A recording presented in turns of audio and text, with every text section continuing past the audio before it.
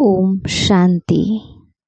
आज है 18 अगस्त 2022 के ईश्वरीय महावाक्य। आज बाबा ने कहा, मीठे बच्चे, तुम हो रूहानी सर्जन और प्रोफेसर। तुम्हें हॉस्पिटल कम यूनिवर्सिटी खोल अनेकों का कल्याण करना है। प्रश्न है, बाप भी धर्म स्थापन करते और अन्य धर्म स्थापक भी धर्म स्थापन करते, दोनों में अंतर क्या है? बाबा कहते, बाप सिर्फ धर्म स्थापन करके वापस चले जाते, लेकिन अन्य धर्म स्थापक अपनी प्रारब्ध बना करके जाते हैं। बाप अपनी प्रारब्ध नहीं बनाते। अगर बाप भी अपनी प्रारब्ध बनाए तो उन्हें भी कोई पुरुषार्थ कराने वाला चाहिए। बाबा कहते, मुझे बादशाही नहीं करनी है, मैं तो बच्चों की फर्स्ट क्लास प्रारब्ध बनाता हूँ। गीत। रात की राही थक मत जाना, सुबह की मंजिल दूर नहीं। ओम शांति। गीत जैसे कि बच्चों ने बनाया है, गीत का अर्थ तो और कोई जान भी ना सके। बच्चे जानते हैं अब घोर अंधियारा पूरा होता है, धीरे धीरे अंधियारा होता गया है।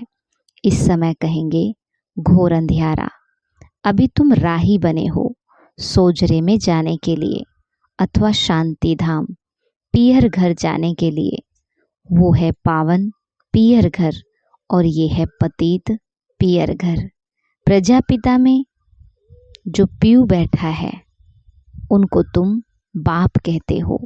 वह तुमको पवित्र बनाकर अपने घर ले जाते हैं। पिता वो भी है, पिता यह भी है। वो है निराकार और ये है साकार। बच्चे कहने वाला, सिवाय बेहद के बाप के और कोई हो न सके। बाप ही कहते हैं, क्योंकि बच्चों को साथ घर ले जाना है, पवित्र बनाया और नॉलेज दी।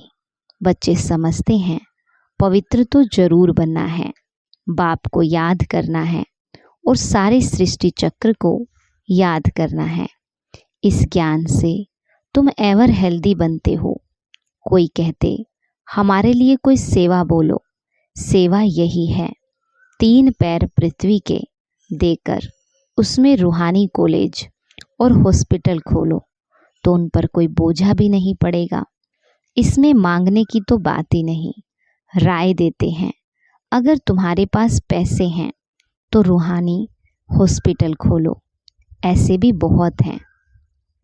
जिनके पास पैसे नहीं हैं वो भी हॉस्पिटल कम यूनिवर्सिटी खोल सकते हैं। आगे चल तुम देखेंगे बहुत हॉस्पिटल खुल जाएंगे। तुम्हारा नाम रूहानी सर्जन लिखा होगा। रूहानी सर्जन और प्रोफेसर, रूहानी कॉलेज व हॉस्पिटल खोलने में कुछ भी खर्चा नहीं है। मेल अथवा फीमेल दोनों रूहानी सर्जन अथवा प्रोफेसर बन सकते हैं। आगे फीमेल नहीं बनती थी, व्यवहार कार्य पुरुषों के हाथ में था। आजकल तो माताएं निकली हैं, तो अब तुम भी ये रूहानी सर्विस करते हो। ज्ञान की चटक लगी हुई हो, फिर किसको भी समझाना बड़ा सहज है। घर पर बोर्ड लगा दो। कोई बड़ी हॉस्पिटल, कोई छोटी भी हॉस्पिटल होती है। अगर देखो बड़ी हॉस्पिटल में ले जाने वाला पेशेंट है तो बोलना चाहिए कि चलो हम आपको बड़ी हॉस्पिटल में ले चले। वहाँ बड़े बड़े सर्जन हैं। छोटे सर्जन बड़े सर्जन के पास भेज देते हैं, अपनी फ़ी ले लेते हैं, फिर समझते हैं ये मरीज ऐसा है, इसको बड़ी हॉस्पिटल में ले जाना चाहिए, ऐसी राय देते हैं। तो ऐसे सेंटर खोल, बोर्ड लगा दो, तो मनुष्य वंडर खाएंगे ना। यह तो कॉमन समझने की बात है। कलयुग के बाद सतयुग जरूर आता है। भगवान बाप ही नई दुनिया स्थापन करने वाला है। ऐसा बाप मिल जाए तो हम क्यों ना वर्षा लेवें। मन वचन कर्म से इस भारत को सुख देना है। मन वचन कर्म सो भी रूहानी। मनसा अर्थात याद और वचन तो सुनाते ही दो हैं। मन मना भव और मध्यजी भव। बाप और वर्षे को याद करो, दो वचन हुए ना। वर्षा कैसे लिया, कैसे गंवाया, ये है चक्र का राज। बुढ़ियों को भी शौक होना चाहिए, बोलना चाहिए, हमको सिखलाओ। बूढ़े बूढ़े भी समझा सकते हैं, जो और कोई विद्वान पंडित आदि नहीं समझा सकते। तब तो नाम बाला करेंगे। चित्र भी बहुत सहज है, कोई की तकदीर में नहीं तो पुरुषार्थ करते नहीं। सिर्फ ऐसा नहीं समझना है कि मैं बाबा की हो गई, वो तो आत्माएं बाप की हैं ही। आत्माओं का बाप परमात्मा है, ये तो सेकंड की बात है। परंतु उनसे वर्षा कैसे मिलता, वो कब आते, ये समझना है। बाबा कहते, समझाते हैं, सतयुग में तुमने इतने जन्म लिए, त्रेता में इतने जन्म लिए, 84 का चक्र पूरा किया। अब फिर से स्वर्ग की स्थापना होनी है। सतयुग में और कोई दूसरे धर्म होते नहीं। कितनी सहज बात है। दूसरे को समझाने से खुशी बहुत होगी, तंदुरुस्त हो जाएंगे, क्योंकि आशीर्वाद मिलती है ना। बूढ़ियों के लिए तो बहुत सहज है, ये दुनिया के अनुभवी भी हैं। किसको ये बैठ समझाए तो कमाल करके दिखाए। सिर्फ बाप को याद करना है और बाप से वर्षा लेना है। जन्म लिया और मुख से मम्मा बाबा कहने लगते। तुम्हारे आर्गन्स तो बड़े बड़े हैं, तुम तो समझ कर समझा सकते हो। बुढ़ियों को बहुत शौक होना चाहिए कि हम तो बाबा का नाम बाला करें, और बहुत मीठा बनना चाहिए। मोह ममता निकल जाना चाहिए। मरना तो है ही, बाकी 2-4 रोज जीना है, तो क्यों ना हम एक से ही बुद्धि योग रखें। जो भी समय मिले बाबा की याद में रहे और सब तरफ से ममता मिटा देवें।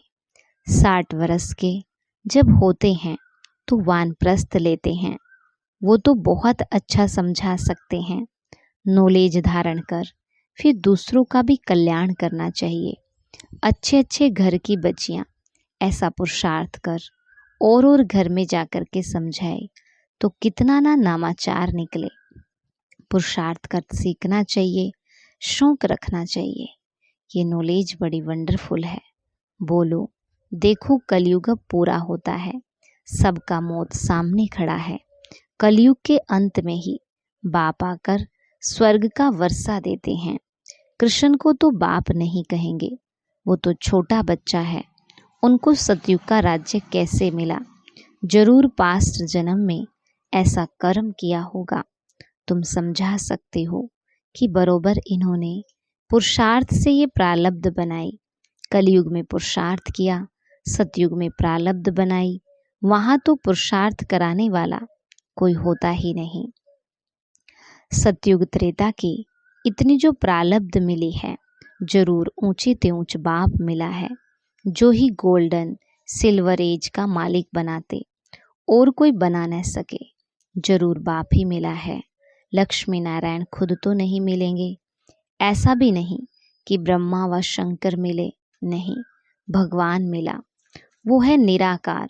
भगवान के सिवाय तो कोई है ही नहीं जो पुरुषार्थ कराए। भगवान उवाच, मैं तुम्हारी प्रारब्ध फर्स्ट क्लास बनाता हूँ। ये अनादि, बाबा कहते, ये आदि सनातन देवी देवता धर्म की स्थापना होती है। स्थापना यहाँ ही करनी है, कराने वाला तो एक बाबा ही है। और जो धर्म स्थापन करते वो तो एक दो के पिछाड़ी आते रहते। धर्म स्थापन करने वाले प्रारब्ध बना जाते हैं। बाप को तो अपनी प्रारब्ध नहीं बनानी।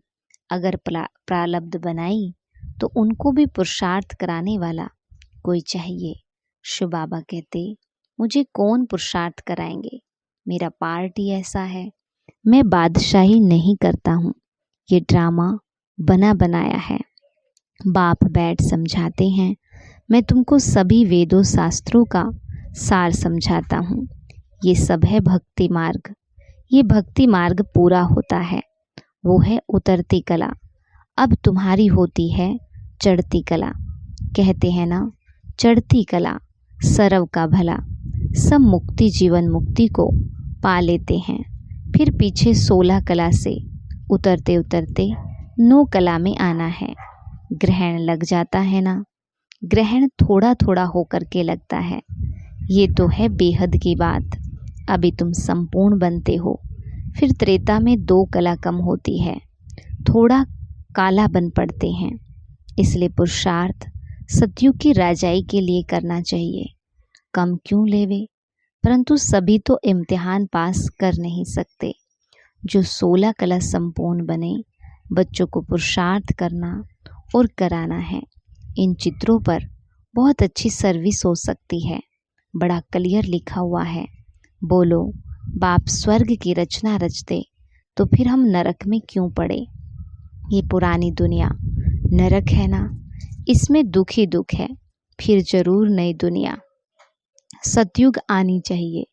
बच्चे निश्चय बुद्धि हैं। यहाँ कोई अंधश्रद्धा की बात नहीं। कोई भी कॉलेज में अंधश्रद्धा की बात नहीं होती। ये एम ऑब्जेक्ट सामने खड़ी है। उन कॉलेज आदि में इस जन्म में पढ़ते हैं, इस जन्म में ही प्रारब्ध पाते हैं।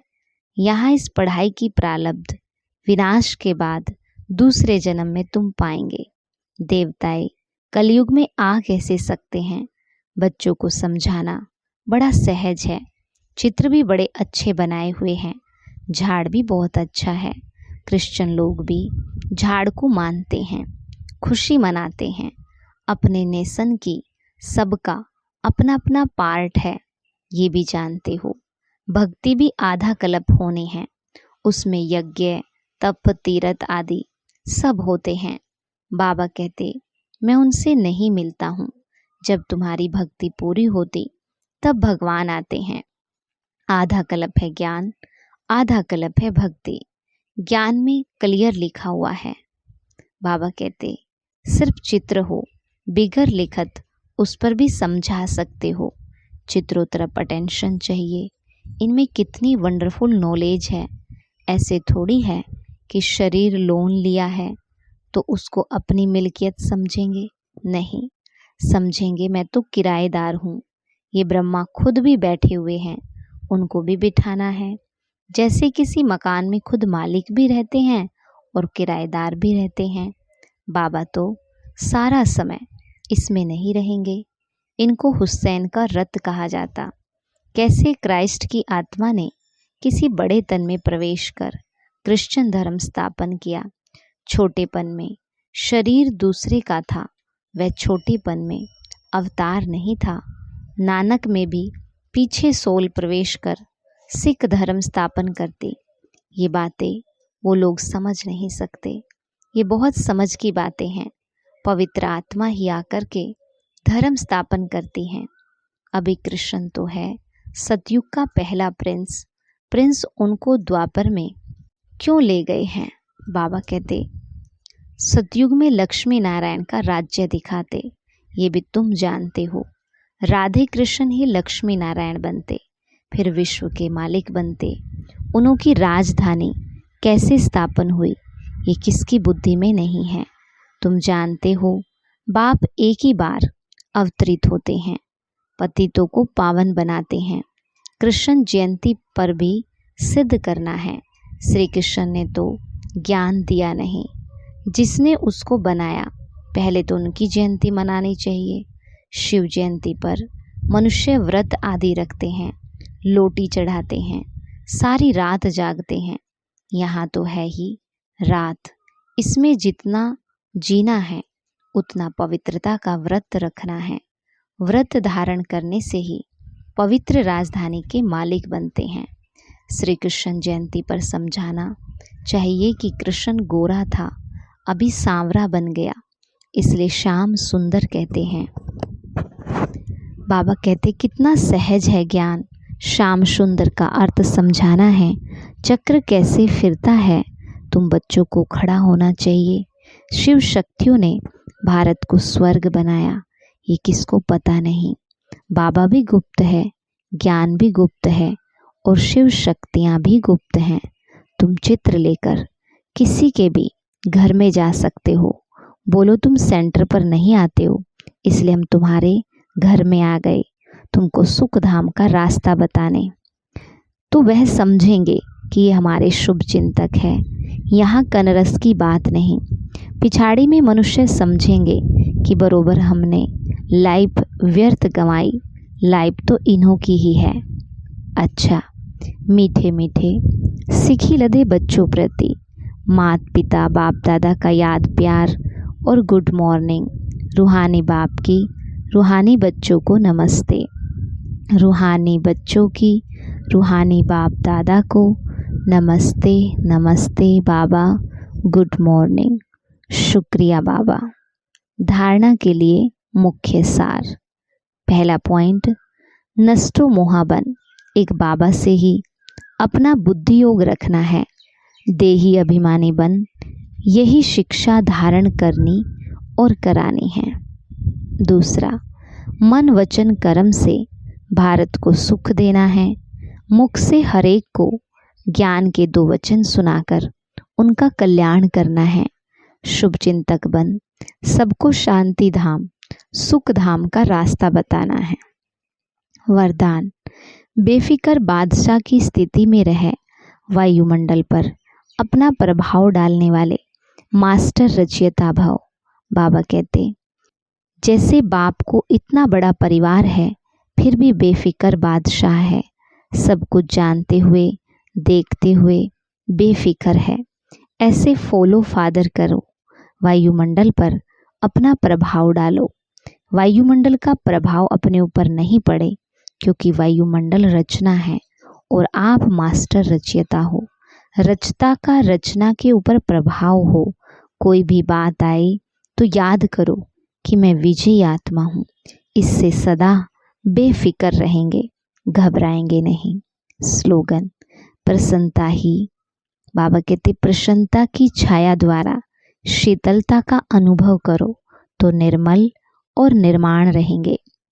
प्रसन्नता की छाया द्वारा शीतलता का अनुभव करो तो निर्मल और निर्माण रहेंगे। अच्छा, ओम शांति।